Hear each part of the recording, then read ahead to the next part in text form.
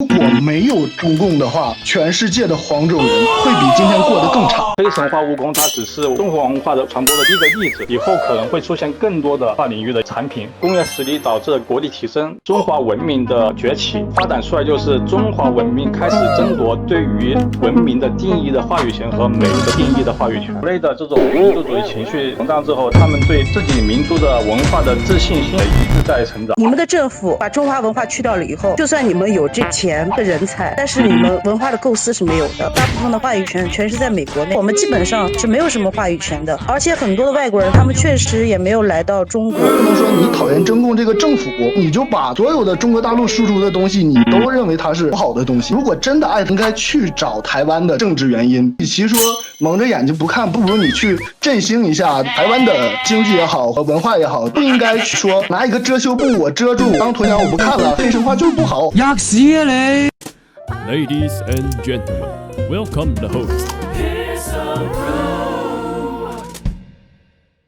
其实我觉得它其实是同一个事情的两个表现，因为共产党改革开放之后，阶级叙述改成民族叙述了嘛，就放弃了之前的阶级叙述，开始民族叙述。这一类就不再讲阶级叙述了，就不再讲无产和资产阶级了，然后开始讲民族主义。近30年的民族主义的发展，在中国其实是发展的很快的，所以国人的民族主义情绪是比较高的。黑神话蜈蚣它其实也是因为这几年的工业实力导致了国力提升，中华文明的崛起，发展出来就是中华文明开始争夺对于文明的定义的话语权和美的定义的话语权。为什么美国人或者西方他们这么恐惧中国文化或者中华文化在世界范围的传播，就是因为他们联想到了冷战时期苏联对于文明的定义权和美的定义权，他们联想到这一些，所以他们非常恐惧中国的这些文化的传播。黑神话蜈蚣它只是中华文化的传播的一个例子，以后可能会出现更多的跨领域的一些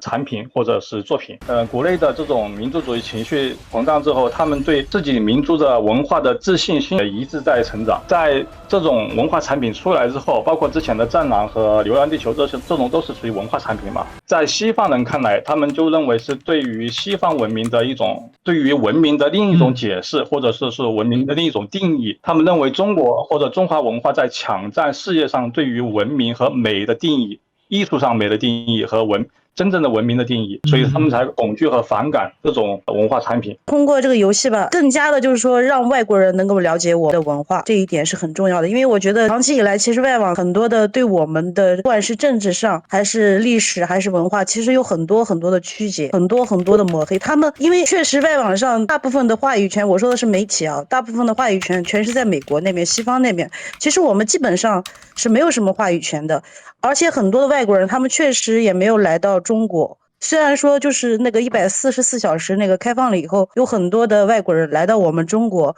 就是对我们改观了，但是还是有很多的外国人，包括这次也是一个游戏玩家吧，他说中国就是一个监狱，他说台湾是一个独立的国家，这是他曾经发表过的言论。但是他这一次玩了这个游戏以后，他都对这个游戏大赞绝口，他也会包括他去玩那个游戏，感受到就是我们这款游戏里面中华文化元素里面的一些东西，他可能也会对我们的文化也会有好奇，对不对？对中国也有一些误解。他们好像也挺不错的，就通过一个小小的游戏，它是年轻人做出来的，时代是在发展的，我们不能老是以一些比较旧的一些思想去说现在，因为我觉得就是说社会需要发展，它是需要年轻人，它不是需要老人。老人他可能有一些做事的时候比较谨慎，但是你像这个事情为什么会引起国外那么大的轰动，很多的人就是国外那些网游的那些人对我们这么喜欢，就是通过游戏。大陆有的时候他对艺术创作这个东西，他有的时候确实限制太多，把别人给绑起来了。那这次我觉得就是一个非常好的一个，包括他们自己政府表达的一些，包括对台湾，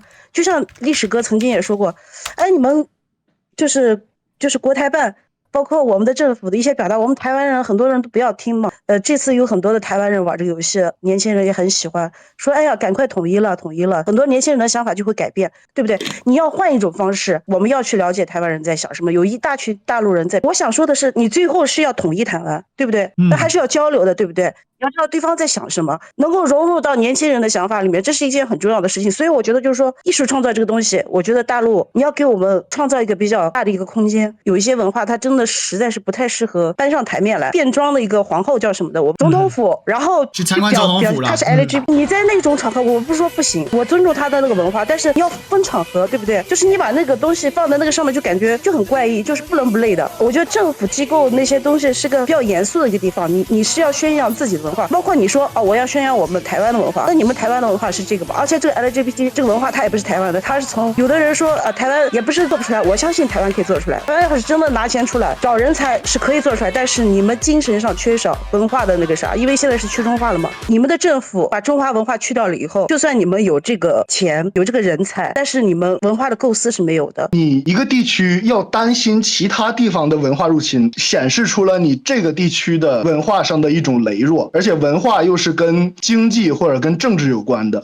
那么如果这种情况的话，作为一个台湾人啊，如果说就是绿党那些人，你真的要爱台湾的话，你就不应该去说，我拿一个遮羞布，我当鸵鸟我不看了，黑神话就是不好。我觉得你如果真的爱台湾，你应该去找台湾的这个政治原因，对吧？毕竟我们喜欢黑神话的一些人，我们也不住在台湾，但是你是真的住在台湾的，你与其说蒙着眼睛不看，不如你去振兴一下你们台湾的经济也好，或者说文化也好，游戏产业也好，批判黑神话的声音，而且我觉得也蛮有道理的，就是说，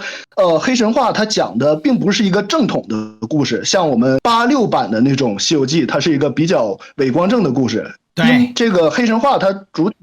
是建立在一个阴谋论上的，所以其实有些人认为不适合作为一个就是第一个向全世界推广中国文化这样的一个3A 大作。然后也因为这个原因，跟中共的关系，也许中共知道这个事情之后，可能会给一些方便啊，包括推广一下，甚至说可能蹭个热度，但是这绝对不会是主要是中共创造的，他不会说给你创造一个阴谋论出来，而且更不会。我们想孙悟空是什么故事，我们难道不知道吗？前期他是齐天大圣啊，他要反抗啊！你觉得中共会？你如果真的觉得那样的话，那我觉得你是不是在抬高中共啊？这些绿党，说你们是不是收了中共的钱？一些绿党的人也因为这个原因，所以其实当时就是有这个国际上的记者问毛宁的时候，其实毛宁给的是一个很中庸的回答。这个故事是改编自《西游记》，因为中共它是一个全民政党，它想尽量的对所有的人民负责。中国又是这么大一片土地，14亿人，导致了中共在文化上其实是比较保守的。看到中共真正它的文化输出，当时春晚它应该是做不出黑神话这种作品的。我知道很多的台湾人，包括海外的同胞